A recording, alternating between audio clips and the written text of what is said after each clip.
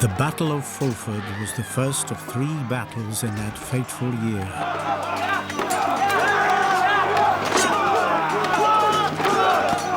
The English strategy was simple and brave. To pierce, if they could, the Vikinger line in the centre, and thus cause panic and a fracturing of their ranks.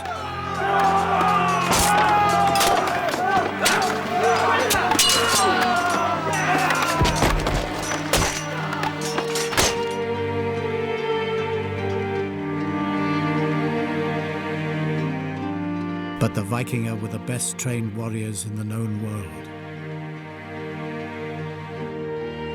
Fighting in small deadly bands, driving the poor farmers like sheep to their slaughter.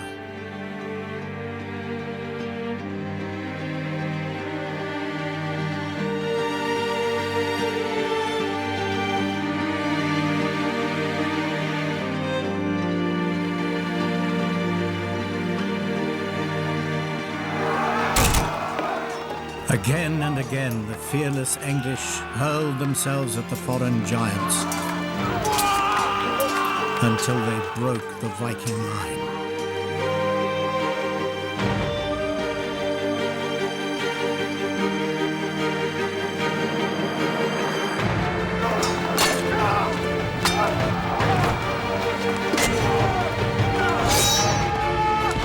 Sadly, this only favored the Vikinger. They were merciless killers whose strength grew in the madness of the battle. They knew too well how to go berserk.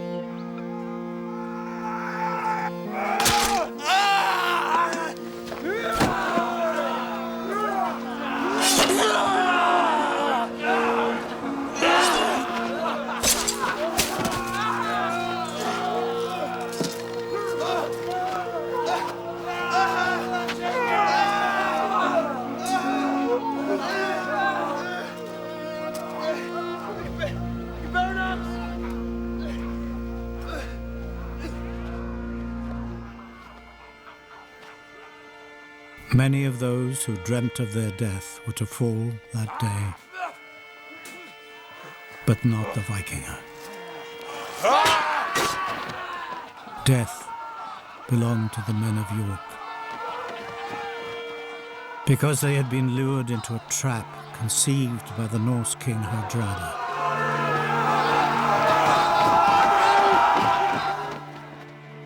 He had drawn the poor, unwitting English into his middle, so he could cut them down from behind their backs.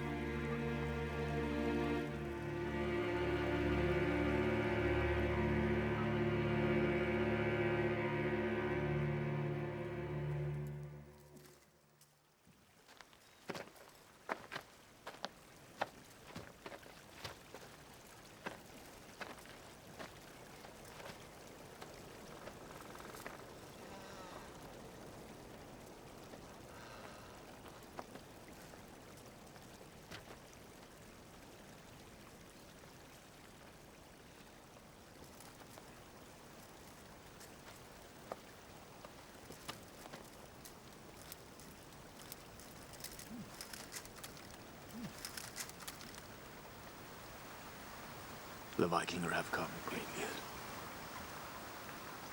You should have paid with something less dear.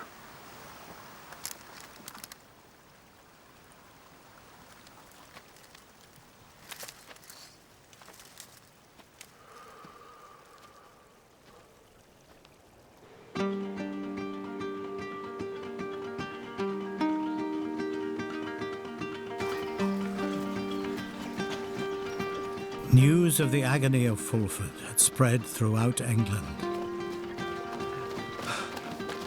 Now the men of Crowhurst knew what awaited them.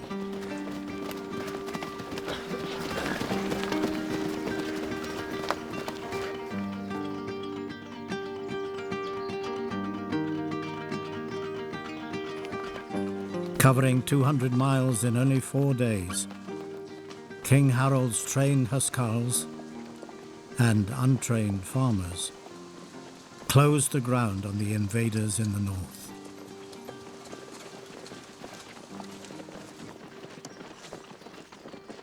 Harold was a famed warrior. As an earl, he had wreaked destruction on the Welsh 3 years before. But as king, this was his first great test. And so much would depend on this army of the south, now strung across the forests of Middle England as they headed up country.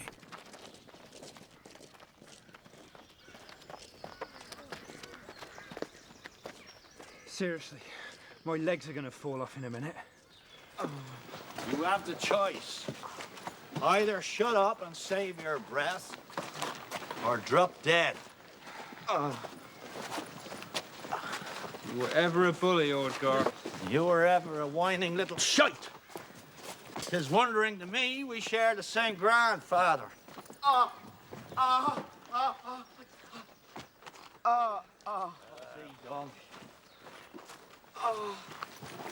sorry.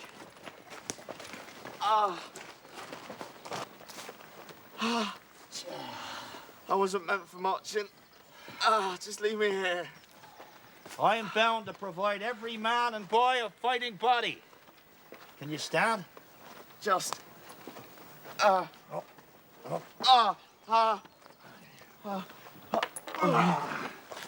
Here, you collect this shield. Now, I hope you heal swiftly.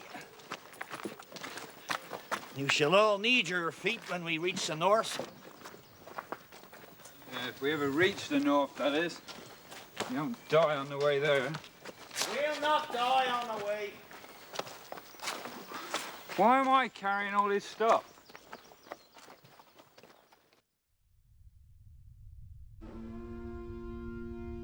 The Vikinger conquered the north with such ease that Hardrada, their king, chose to split his army into parts.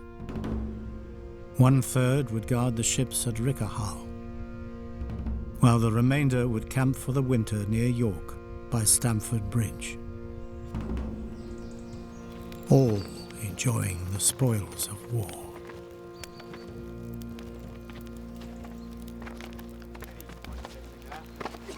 My brother instructs we divide up our army. 2 out of every 3 stay here to wait the hostages. I will take some men and weapons back to guard the fleet. It's no fate for a brave captain. I will go. Good. I'm of no use just now. Snorri the Skald gave me good herbs, but they must work their work. We will take the Hardrada's commands for now.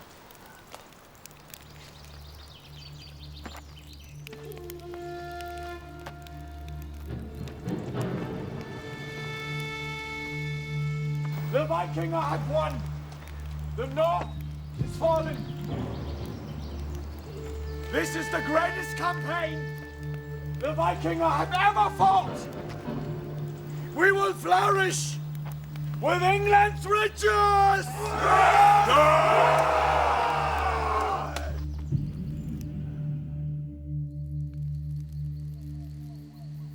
Often and again, through God's grace, man and woman usher children into the world.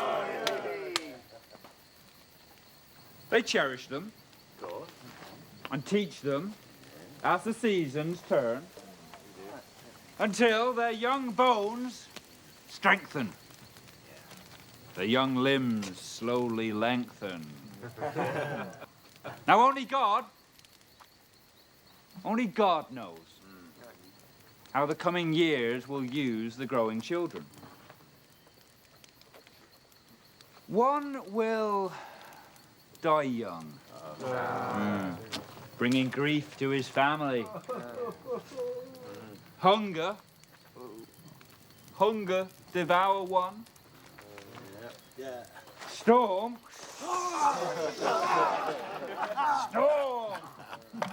shall dismast another.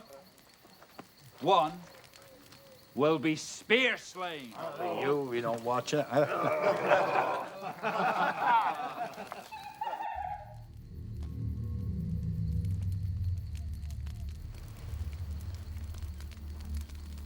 Elves. Don't say that. Always in the woods there are elves. What did I just say? They will steal your shadow and pour madness into your ears as you sleep. As well, we don't sleep then. And will cut out your heart as well.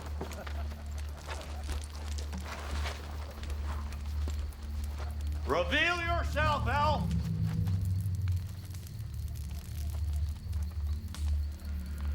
Reveal yourself!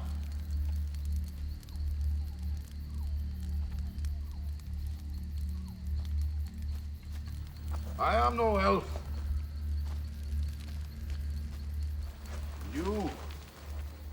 You are not elves neither. Who are you? We are the weapon men of the West.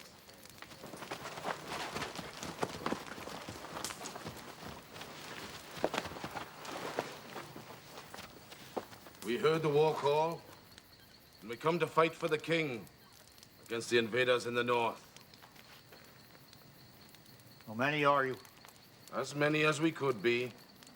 More come on the pathways. Many more. And we bring wife men. Wife men who are not our wives.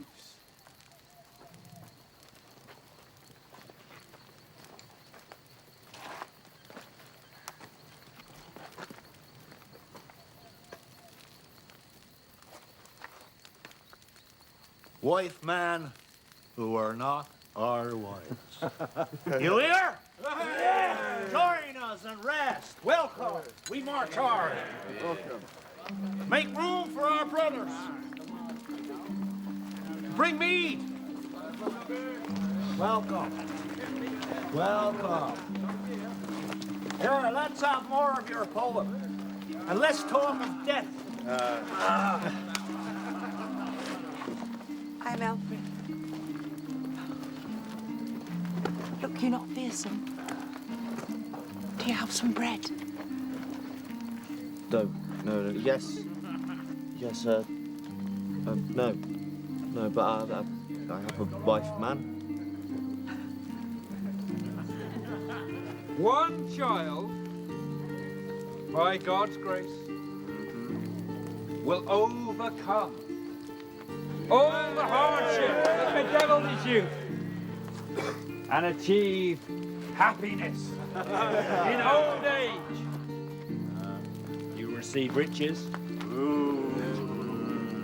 treasure, and the mead cup from his people, as much as any man may own in his lifetime.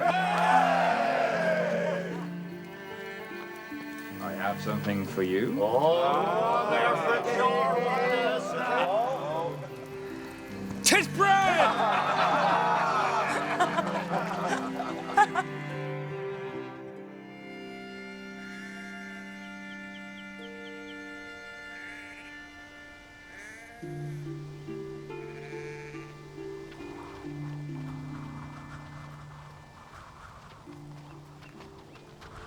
Here's one. So, I am a strange creature, for I satisfy women. Yeah? I grow all tall and erect in a bed, and I'm all hairy underneath. From time to time, a beautiful girl may dare to grip me by my reddish skin, pop me in her pantry, and rob me of my head. And all at once, I make her eyes water. Huh? What could I be? An onion. An onion. Thank you, old girl. Anybody here know these hills? I do. These are my lands. I know the lay of them. You? The Vikings are beyond Jorvik. Well, then the Derwent lies between us and them. A fish road. And what bridges are there? Stamforth will bring you. Small, wooden, over those hills.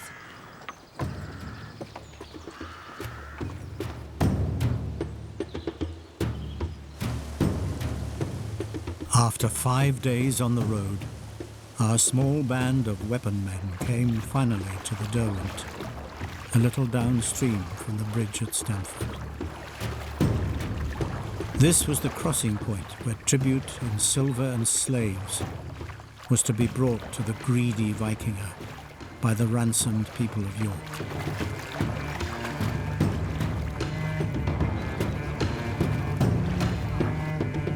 More fighting men came with every hour,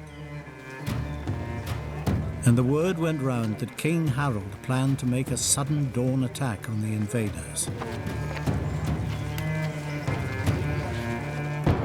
The year 1066 was about to witness its second almighty battle.